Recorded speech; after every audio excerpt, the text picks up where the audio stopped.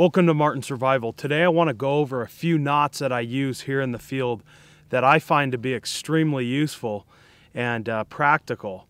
They're also very, very easy to construct. So we'll first start off with the clove hitch. So the first knot, or lashing I should say, we're going to go over is the clove hitch. This is very, very simple, and it works extremely well on traps such as the Paiute deadfall or certain snares. So I'm going to be using this bright orange 550 cord just so you can see what I'm doing. And I have a piece of willow here I'm going to demonstrate with. So with the clove hitch, all I do is I take one of the tag ends and I throw it over my piece of willow, depending on how short or how long I want to measure this out to. So it can get a little bit tricky with some of the trap triggers. Usually I cut more than that's needed, and then I save the rest for sewing. So once I have this thrown over, I can now make an X, just like this. So once I have my X made, I just feed it right down the center and pull tight. Just like that. So we have a simple clove hitch, very, very easy to make, very effective in the field for certain tasks. So this is really going to lash material together nice and tight. And to remove this, it's also very simple. I just take that tag end and I pull it out and pull the string off of the piece of willow. So now we'll move on to a jam knot. So the Canadian jam knot has a lot of uses. I'll use it for lashing certain instruments to my pack. I'll use it for my shelter. I'll use it for my bedroll. I'll even use it for certain snares in trapping. So I'll just cut some more cord here, and I want a little bit more.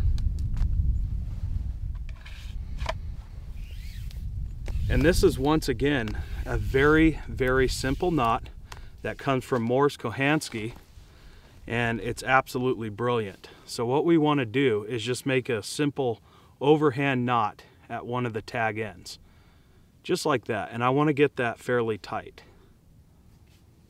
And then I want to trace a little bit farther down the cord, and I want to make another loose knot.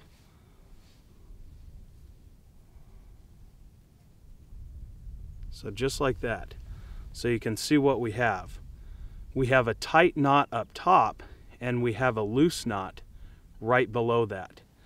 At this point, I am going to take the other tag end and I'm going to feed it around, and this knot is going to then tighten up and jam against my first knot.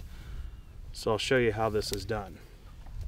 So once again, we have our piece of willow, and I just take this around just like this, feed it through, and pull tight.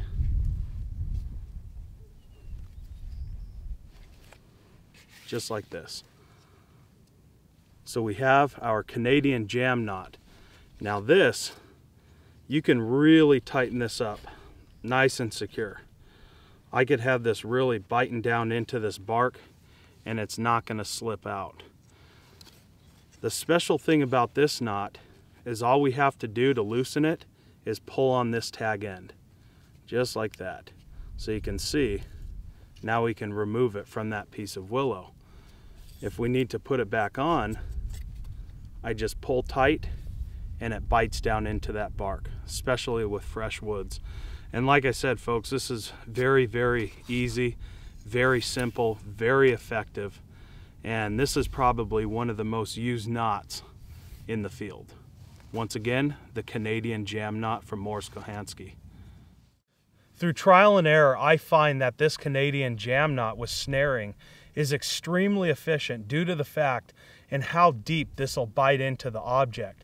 What happens is with snaring, the animal is fighting to work out of that sticky situation, and this will just keep going tighter and tighter and tighter until it eventually chokes the animal out.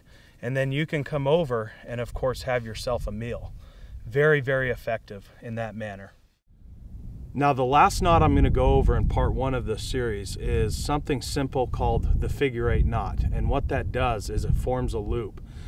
And I'll use this for primitive fire when I make a bow drill kit and I have my piece of juniper bow cut down. I'll usually try to find a Y branch and I'll just slip this over the top and create tension towards the bottom. So this will secure it down nice and tight. I'll use it for a ridge line for a tarp shelter.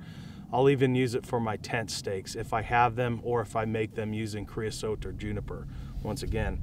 So this one is, once again, very easy, very basic. We take one of the tag ends, trace it down, and crease the top, just like that. Then I want to wrap it around, just like that, forming a circle. I take that creased end, loop it through that circle, and pull tight. And you can see it forms an 8. Very, very simple, very basic, and comes in extremely handy. This thing is not going anywhere. When it's tight, it holds a nice tight knot. So it's a great one to know about. Many of you guys know that I come tool heavy in the field, and one thing that I carry on my body at all times is a good Swiss Army knife. So something that I'll use specifically for knots is the corkscrew up top. This corkscrew is going to help aid me in pulling apart some of these tighter knots. So I can just kind of work it in and help break this knot up for me. Feed it through the bottom, and you can see it pulls that knot apart with no problem at all. Alright folks, so that is just about going to wrap it up for part 1 of this series and basic knots. All 3 of those, once again, very easy, very basic, and very effective. I find myself using them quite often in the field. So with that, I do appreciate you joining me for this video. I'm Jeff with martinsurvival.com, and we'll see you in the next one.